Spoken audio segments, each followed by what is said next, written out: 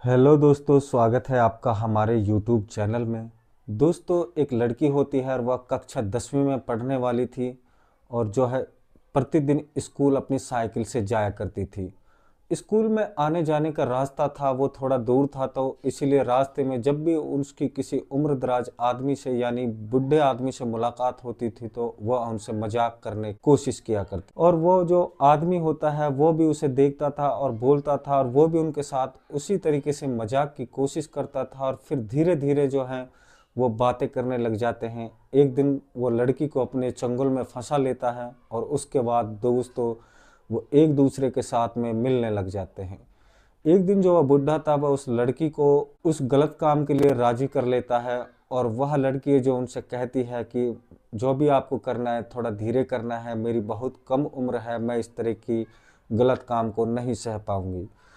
दोस्तों, इस कहानी को मैं आगे आपको बताता हूं और अगर आप लोगों ने हमारे चैनल को सब्सक्राइब नहीं किया है तो प्लीज़ हमारे चैनल को सब्सक्राइब कर लेना है और वीडियो को अंत तक जरूर देखना है। दोस्तों, इस कहानी की जो है शुरुआत होती है उत्तर प्रदेश से। उत्तर प्रदेश में एक जिला लगता है लखीमपुर खीरी और वहीं पे एक खूबसूरत लड़की रहा करती थी जिसका नाम होता है मेघना। उनका पिता होता है जो दिहाड़ी मजदूरी का काम करता था और माँ उनकी गृहिणी थी यानी घर पे ही काम किया करती थी।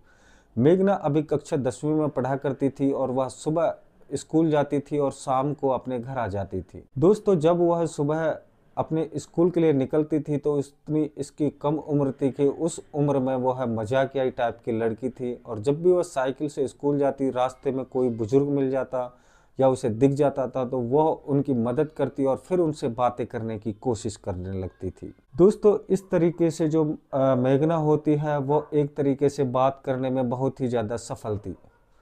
स्कूल में उनका थोड़ा भी मन नहीं लगता था यानी पढ़ाई के नाम पे वो सिर्फ घर से निकलती थी। जब शाम के समय में वह घर लौटती थी तो किसी न किसी बुजुर्ग आदमी से अपनी साइकिल के पीछे बिठाकर उनको जो है वह गांव तक लेके आया करती थी।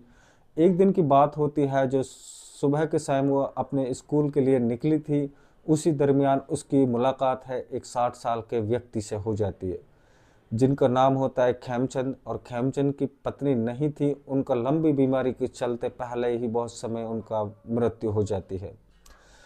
दोस्तों, वो जो है शहर जा रहा था और मेघना जो थी वह स्कूल जाया करती थी और उसी के बीच में उन दोनों की जो है मुलाकात हो जाती है। खेमचंद है जो मेघना को देखते ही उनकी तरफ है जो वह आकर्षित हो जाता है, उन पर फिदा हो जाता है और मेघना भी दोस्तों उनकी तरफ आकर्षित हो जाती है, वो भी उन पे फिदा हो जाती है। अब दोस्तों, जो खेमचंद है वह प्रतिदिन गांव से शहर के लिए पैदल जाता था और उनका एक पोता था वह अक्सर बीमार रहता था, उनकी दवाई लाने के लिए उसे शहर जाने की जरूरत पड़ती थी। दोस्तों, जो मेघना होती है वह एक दिन खेमचंद को देखती है कि वो पैदल जा रहा है तो वह उनसे कहती है कि प्लीज चाचा आप मेरी साइकिल के पीछे बैठ जाइए, मैं भी शहर ही जा रही हूँ अपनी पढ़ाई के लिए कुछ सामान लेने। दोस्तों, जो खेमचंद था वो मेघना के साथ साइकिल पर बैठ जाता है और उसे शहर ले जाकर वो लड़की है जो छोड़ देती है। इसी तरह से रोज उनका आने जाने का समय है अब फिक्स हो जाता है। वह उनकी साइकिल के पीछे बैठता और वह उसे शहर छोड़ देती थी। लेकिन रास्ते में उनके बीच में बहुत सारी बातें हुआ करती थी जिन बातों को सुन करके मेघना का मन है काफ़ी ज़्यादा विचलित हो जाता है और मेघना अब जान चुकी थी कि अंकल की जो पत्नी है वो नहीं है और उनका जो लड़का है वो शहर में रहते हैं, सिर्फ यह एक अपने पोते के साथ में यहीं रहता है और यह भी बीमार रहता है। दोस्तों, एक दिन मेघना है सुबह के समय स्कूल जा रही थी, उसी के बीच में जो खेमचंद था उसकी मुलाकात है उनसे हो जाती है और फिर वह उनसे कहता है कि आज मैं चाहता हूं कि तुम मुझसे मुलाकात करने के लिए आओ। दोस्तों, जो मेघना वो कहती है कि कितनों दिनों से मैं भी बेचैन हूँ तुमसे जो मिलने के लिए। तो फूलचंद कहता है कि मेघना आज मैं तुम्हारे घर के पीछे आऊँगा, वहीं पे हम एक दूसरे से बातें करेंगे। दोस्तों, उनका टाइम है जो फिक्स हो जाता है और मेघना है जो कहती है कि रात के 12 बजे तुम चले आना, मैं तुम्हारा इंतजार करूँगी। उसके बाद दोस्तों रात के 11 बज जाते हैं और खेमचंद जो था वह उनके घर के पीछे चला जाता है और उनके मकान के पीछे जो अभी ज्वार की बुआई हुई थी और वह उस खेत में जाके बैठ जाता है। उसके बाद मेघना भी है एक बैटरी लेकर के उनके पीछे देखती है कि वह पीछे खेत में बैठे हैं और उनका इंतजार कर रहा है। तो मेघना भी उसके पास जाकर बैठ जाती है। उसके बैठने के बाद में एक दूसरे की आंखों में देखने लग जाते हैं। दोस्तों देखते ही देखते दोनों एक दूसरे के साथ में इतने आकर्षित हो जाते हैं कि वह उनको हिलाने की डुलाने की कोशिश करता है। उनसे कहता है कि देखो तुम जो है काफ़ी बहुत बड़े हो, मुझसे उम्र-दराज हो और मैं अभी उम्र में बहुत कम हूँ, इसलिए कोई भी काम ऐसा मत करना कि जो बाद में हम दोनों को पछताना पड़े या फिर हमारी ज़िंदगी में रुसवाई का सामना करना पड़े जो हमें।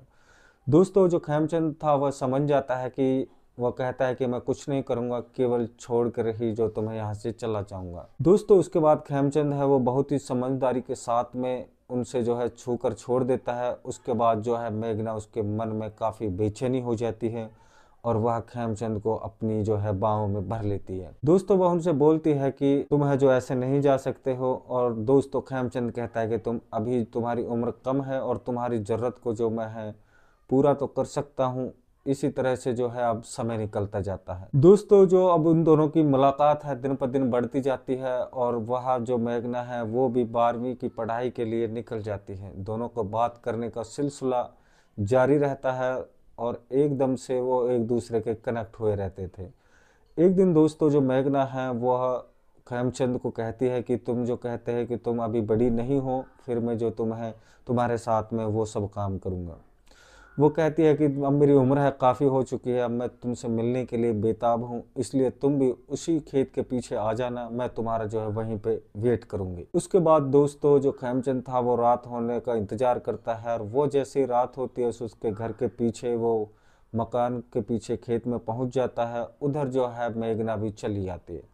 फिर दोनों एक दूसरे से मिलते हैं और उनकी ज़रूरत थी, इच्छाएं थी, वो एक दूसरे के साथ में पूरा करने लग जाते हैं। लेकिन जो मेघना है उसे है काम करने की हालत में एकदम से जो है नहीं सह पाती है और वह जो खेमचंद से कहती है कि तुम इस कदर से नहीं कर सकते हो, मुझसे तो आप जो है घर तक पहुंचने के लिए चला भी नहीं जाएगा। तो वह कहता है कि बताओ मैं क्या करूं। दोस्तों जो वो खेमचंद होता है वो उनको गोद में उठाता है और उठा करके उनके घर के पास छोड़ा देता है। उसके बाद मेघना भी किसी तरीके से अपने कमरे में चली जाती है और जाने के बाद में वो लेट जाती है।